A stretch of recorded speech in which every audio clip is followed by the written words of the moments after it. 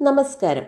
തൊട്ടതിനും പിടിച്ചതിനുമെല്ലാം അനാവശ്യമായി വിവരാവകാശ നിയമം ഉപയോഗിച്ച് അപേക്ഷ സമർപ്പിച്ചിട്ട് ഒരു കാര്യവുമില്ല. ഇത് സംബന്ധിച്ച് സംസ്ഥാന വിവരാവകാശ കമ്മീഷൻ്റെയും കേന്ദ്ര വിവരാവകാശ കമ്മീഷൻ്റെയും സുപ്രധാന ഉത്തരവുണ്ട്. ആ ഉത്തരവ് നമുക്ക് പരിശോധിക്കാം. നമ്മുടെ ചാനൽ ആദ്യമായാണ് കാണുന്നതെങ്കിൽ ഒന്ന് സബ്സ്ക്രൈബ് ചെയ്യണേ. വിവരാവകാശ നിയമപ്രകാരം വില്ലേജ് ഓഫീസർക്ക് അപേക്ഷ നൽകുകയാണ്. എൻ്റെ കൈവശമുള്ള ഭൂമി ആധാരപ്രകാരവും വില്ലേജ് റെക്കോർഡ് പ്രകാരവും ഉള്ളതിനേക്കാൾ വ്യത്യാസമുണ്ട്. ആയത് അളന്ന് പരിശോധിച്ച് മറുപടി തരണം.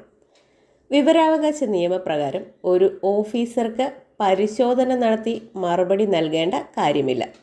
ഒരു ഓഫീസിലുള്ള ഫയലുകൾ, ഉത്തരവുകൾ, റെക്കോർഡുകൾ എന്നിവയുടെ വിവരങ്ങളും പകർപ്പുകളും ഫീസ് ഈടാക്കി നൽകിയാൽ മാത്രം മതി. അല്ലാതെ വിവരം ക്രോഡീകരിച്ച് പരിശോധിച്ച് നൽകേണ്ട കാര്യമില്ല. നിയമപ്രകാരം 30 ദിവസത്തിനകം കാര്യകാരണ സഹിതം മറുപടി കിട്ടും എന്ന് മാത്രം. ഇല്ലെങ്കിൽ അപ്പീൽ പോകാം. നമുക്ക് താല്പര്യമില്ലാത്ത ഒരു ഉദ്യോഗസ്ഥനെ വിവരാവകാശ നിയമപ്രകാരം അപേക്ഷ കൊടുത്ത് ബുദ്ധിമുട്ടിക്കാമെന്ന് വെച്ചാലോ? അങ്ങനെയും ഒരു സംഭവമുണ്ടായി. സംഭവം നടന്നത് കോട്ടയം ജില്ലയിൽ മണ്ണാർക്കാട് ഗ്രാമപഞ്ചായത്തിൽ സ്ഥിതി ചെയ്യുന്ന ചെറിയാൻ ആശ്രമവുമായി ബന്ധപ്പെട്ടാണ്. പല പേരുകളിൽ അപേക്ഷ എഴുതി ജില്ലാ മെഡിക്കൽ ഓഫീസർക്ക് വിവരാവകാശ നിയമപ്രകാരം അപേക്ഷ കൊടുത്തു. ഓഫീസർ അതിന് മറുപടിയും കൊടുത്തു. അപേക്ഷകൾ പിന്നെയും കൊടുത്തു.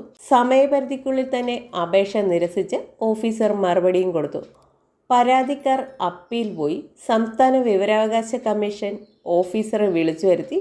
അപേക്ഷ പരിശോധിച്ചതിൽ ആശ്രമത്തോടുള്ള വൈരാഗ്യം കാരണം വിവിധ പേരിൽ കക്ഷി തന്നെ അപേക്ഷ കൊടുത്തതാണെന്നും അപേക്ഷകളുടെ ശൈലി ഒന്നാണെന്നും കമ്മീഷണർക്ക് ബോധ്യപ്പെട്ടു. കുത്തിനിറച്ച അപേക്ഷകളുമായി ഓഫീസർമാരെ ബുദ്ധിമുട്ടിക്കുക, ഓഫീസുകളുടെ ദൈനംദിന പ്രവർത്തനത്തിന് തടസ്സം വരുത്തും വിധം നിരന്തരം അപേക്ഷ നൽകുക, നിസ്സാര കാര്യങ്ങൾക്ക് അപേക്ഷ നൽകി അർഹരായ അപേക്ഷകർക്ക് നൽകേണ്ട സമയം കവർന്നെടുക്കുക, ഇത്തരം സാഹചര്യങ്ങളിൽ അപേക്ഷ നിരസിച്ച് മറുപടി നൽകാവുന്നതാണ് എന്ന് സുപ്രീം കോടതി വിധി ഉദ്ധരിച്ച് സംസ്ഥാന വിവരാവകാശ കമ്മീഷൻ ഇറക്കിയ ഉത്തരവാണ് ഈ കാണുന്നത്.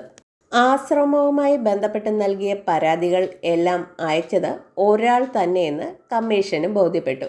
ഇത്തരത്തിലുള്ള പരാതിക്കാർക്കെതിരെ കർശന നടപടി എടുക്കുമെന്നും കമ്മീഷൻ അറിയിച്ചു. വീഡിയോ ഇഷ്ടമായാൽ ഒരു ലൈക്ക് തരണേ.